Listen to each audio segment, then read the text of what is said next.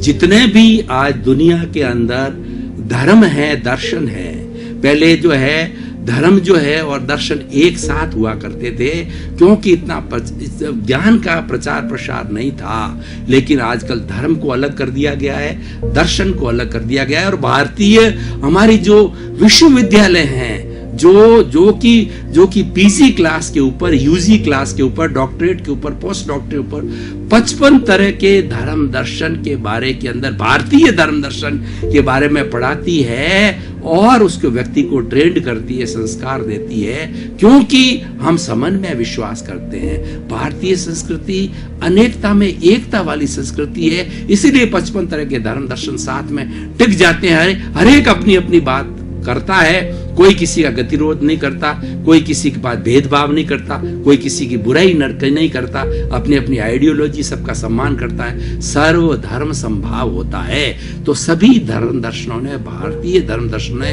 दुख के कारण को मोह कहा है, और मोह के वशीभूत होकर के व्यक्ति जो है सारे गलत कार्य करता है, और मोह से मुक्त हो जाने के बाद में व्यक्ति निर्वाण को प्राप्त होता है, मोक्ष को प्राप्त करता है। मोक्ष को प्राप्त करने में, अंतिम स्थिति को प्राप्त करने में सबसे बड़ी बाधा है मोह। मोह को हम अविद्या कह सकते हैं, अज्ञान कह सकते हैं, राग द्वेष कह सकते हैं, क्रोध मान माया लोभ कह सकते हैं, और उसके बाद में अहंकार भी कह सकते हैं। ये सारे क्या है? ये कर्म रज है, ये सारी बुराइयां हैं। इसको कई लोग एक अहंकार शब्द से भी कहते हैं, क्योंकि, और दूसरा क्या है? क्रोध मान माया लोभ, जो मोह का परिवार है। मोह एक वट वृक्ष है और उसकी सब टहनियां हैं, जो 18 तरह के जो है, जो भाव नेगेटिव थॉट्स हैं, सब मोह का परिवार है। कौन कौन सा? प्राणातिपात, मर्सावाद, अदत्तादान, मैथुन, परिग्रह, क्रोध, मान, माया, लोभ, राग, द्वेष, कलह, अव्याख्यान, पैशून्य, पर परिवाद, रति रति, माया, मर्सा, मिथ्या दर्शन और शल्यपा।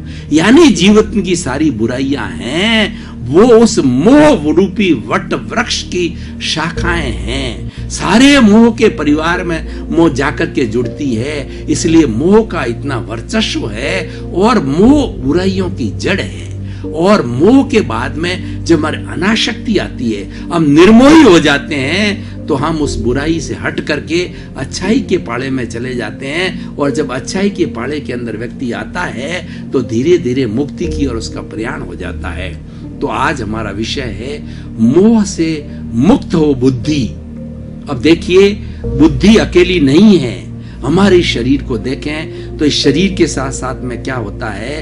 हाथ है, पांव है, और 5 इंद्रियां हैं। 5 ज्ञानेंद्रियां, 5 कर्मेंद्रियां, और जो है 11वां मन होता है। तो ये स्पर्शन, रसन, घ्राण, चक्षु, श्रोत्राणी, इंद्रियाणी, ये 5 इंद्रियां बाहर की दुनिया के विषय लेकर के और मन को देती है। तो पहले हो गया हमारी इंद्रियां, फिर हो गया मन, मन के बाद के अंदर बुद्धि आती है, बुद्धि के बाद में चित्त आता है, चित्त के साथ में अहंकार आता है, और अहंकार से फिर हमारी आत्मा आती है। तो हम बुद्धि की बात कर रहे थे। तो बुद्धि क्या करती है? एक जज का काम करती है। बुद्धि एक निर्णायक है। बुद्धि 2 तरह की होती है, सुबुद्धि और कुबुद्धि। सुबुद्धि जब सही दिशा में चलती है, तो 5 इंद्रियों के द्वारा दिए गए विषयों को और मन के द्वारा दिए गए सारे कार्यक्रम को जो है अच्छी दिशा में लागू करती है, उसके रिजल्ट अच्छे आते हैं। वो बुद्धि मोह से प्रभावित नहीं होती है। दूसरी कुबुद्धि होती है, वह प्योरली मोह से प्रभावित होती है, वो राग द्वेष से प्रभावित होती है।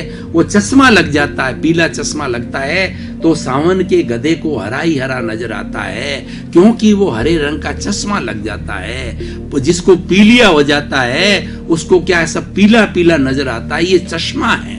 तो राग द्वेष एक चश्मा है, कुबुद्धि उस चश्मे को लगा देती है और हर चीज को उसी चश्मे से देखती है, राग द्वेष से देखती है। इसीलिए क्या है, वो मोह युक्त हो जाती है और वो अच्छा कार्य नहीं करती है। वो जाकर कहीं न कहीं बायस्ड हो जाता है, निष्पक्ष नहीं रहता है, स्वार्थ की दुनिया में चला जाता है, घृणा की दुनिया में चला जाता है और कई कई तरह की चीजों की जो बुराइयां उसकी तरफ चला जाता है।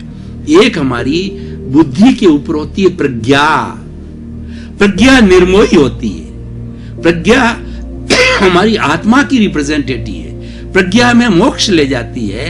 प्रज्ञा कभी भी गलत सुझाव नहीं देती है। वह तो बुद्धि की, अगर किसी की प्रज्ञा जागृत है तो वह बुद्धि को कुबुद्धि की तरफ जाने नहीं देगी, वो बुद्धि को मोह युक्त होने नहीं देगी।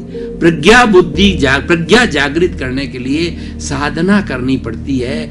तीसरा, नेत्र खोलना पड़ता है, प्रज्ञा चक्षु बनना पड़ता है, और जो स्थित प्रज्ञ बनना पड़ता है। हमारी गीता की भाषा में बात करें, विषय दूसरा है, तो हम ये कहना चाह रहे थे कि ये जो बुद्धि जो है मोह मुक्त बने।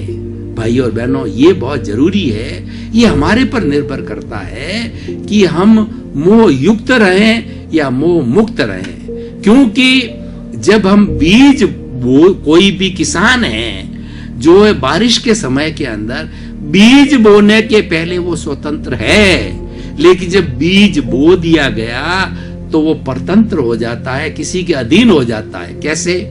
मान लीजिए उसने गेहूं का बीज बोया है और फिर वो कहे नहीं मुझे बाजरा मिले, बाजरे का बीज बो दिया और वो फसल पकने को आए तो वो मन के अंदर चिंतन करे कि नहीं मुझे गेहूं मिलना चाहिए, इस तरह से मक्की मिलनी चाहिए।